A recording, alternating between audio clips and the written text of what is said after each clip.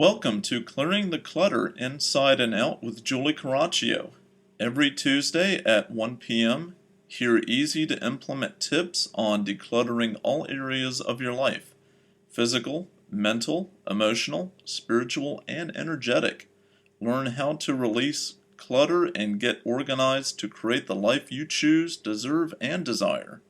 An award-winning professional organizer and coach, Julie is passionate about supporting people in clearing clutter so they can share their gifts with the world and live a more joyful and fulfilling life. Today we're talking about decluttering after the holidays. With the new year right around the corner, after the holidays is a great time to declutter. Before you put away everything and get it organized, take some time to purge. Wouldn't it be great to have decluttered right before the beginning of the new year? Here are just a few post-holiday decluttering tips. Your decorations. Locate every decoration you have. Comb through each room, outside the basement, etc., wherever they've been put up, and put into one room. Gathering everything is a great visual of how much you really have. Sometimes when it's in one pile, you really see how much you have instead of when it's scattered everywhere and doesn't seem like a lot. Sort into categories that make sense to you. Ornaments, lights, stockings, whatever. Go through it once, and then I'm going to encourage you to go through again.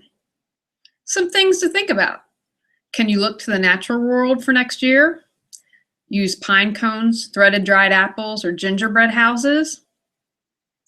Decide what you want to sell, donate, or have a garage sale. Pack everything into containers and label.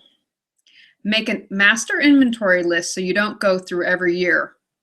Post it near or on the decorations. Cards. Here's another great area to go through. Some people have tons of card taking up a lot of space. Now, don't think I'm anti-card. I keep cards my husband gives me, but go through everything else with a fine-tooth comb. I went through our engagement cards and wedding cards and kept only a handful that were really special. And as we go through everything we own every year, we will most likely be releasing more. If you love giving cards, consider these alternatives that will lighten the load for others, for not only for the holidays next year, but for any occasion. 123 Greetings allows you to send up to 100 people. TreeGreetings.com also plants a tree. BirthdayAlarm.com allows you to set up reminders with your e-cards. Gifts. Did you receive items that you don't love or aren't going to use? As a family, you could decide a charity that you would like to give donations to. A lot of times, charities these days are having auctions. They could use the items for an auction, or you could sell them on Craigslist and give them the money that you raise, whatever you'd like. You could also consider adopting a family in need throughout the year. Your school or church might know of a family that would benefit from items that you no longer want. You can also use gifts that you're not going to use and regift them. Now, you don't want to become a Seinfeld episode, so make sure you note who gave you the gift so you don't give the person that gave you the gift their gift back and become a Seinfeld episode. I was giving a talk here in Raleigh, and there was a news article about it, and of all the comments, they were really positive because I'm passionate about being green. But one Southern woman was appalled that I would even talk and suggest regifting because it just ruined her sensibility of right and wrong. Now, when I give a gift, I give it with love and say, it's yours. I have no attachment. Whatever you'd like to do with it from now on, please do what suits you. If it's not something you love, find a person that would absolutely love it and bring them joy. And I'd encourage you when you give gifts to release the person if they don't want it, that they can feel free to be able to get it to a good home. Now, another thing I'm going to encourage you to do, if you don't already, is to create a gift shelf. I'm a fan of spreading out all the gift buying that I have to do throughout the year. So in our home, we have one gift shelf area. So I'm going to encourage you to find a place where you can store it. Could be under your bed, although storing things under bed is bad feng shui, so I try not to encourage that too much. Your linen closet, in the attic, etc. Find one consistent place. Boxes of uniforms to store everything are really great because they're easy and it's easy to stack. Create some type of inventory. It could be an app on your phone, a list on your computer, or an index card taped to one of the boxes. Again, don't forget to put your regifting items here, but make sure you note who you received it from. At the same time, I'm going to encourage you, I suggest this at the beginning of the year, to create separate lists for people and occasions that you need to buy gifts for. If you, at the beginning of the year, start out, then you're always having gifts in your mind. Write down ideas, hobbies, sizes, and a monetary limit. Write each year what you get so you don't repeat a gift. Keep a master gift list in your purse because you never know if you're going to see the perfect gift. Go through the list at the beginning of each month and you'll know what gifts you need. Ready to change your life? Are you ready to release all of your clutter, physical, mental, emotional, and spiritual? Our new Declutter Your Life video series is a how-to, go at your own pace course to guide you through the process of clearing clutter. The course includes all of our popular How to Get Organized classes.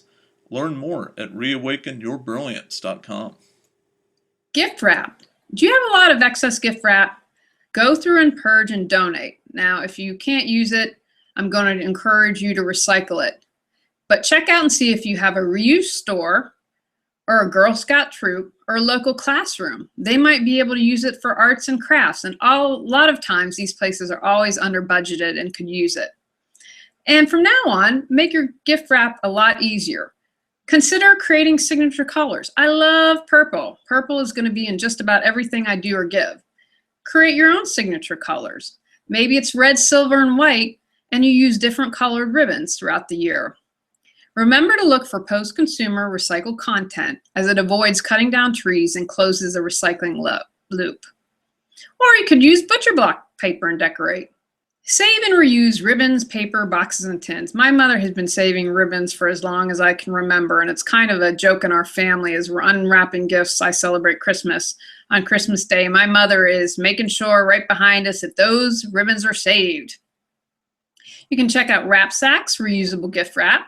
What did you get the most of for the holidays? Clothes, books, makeup?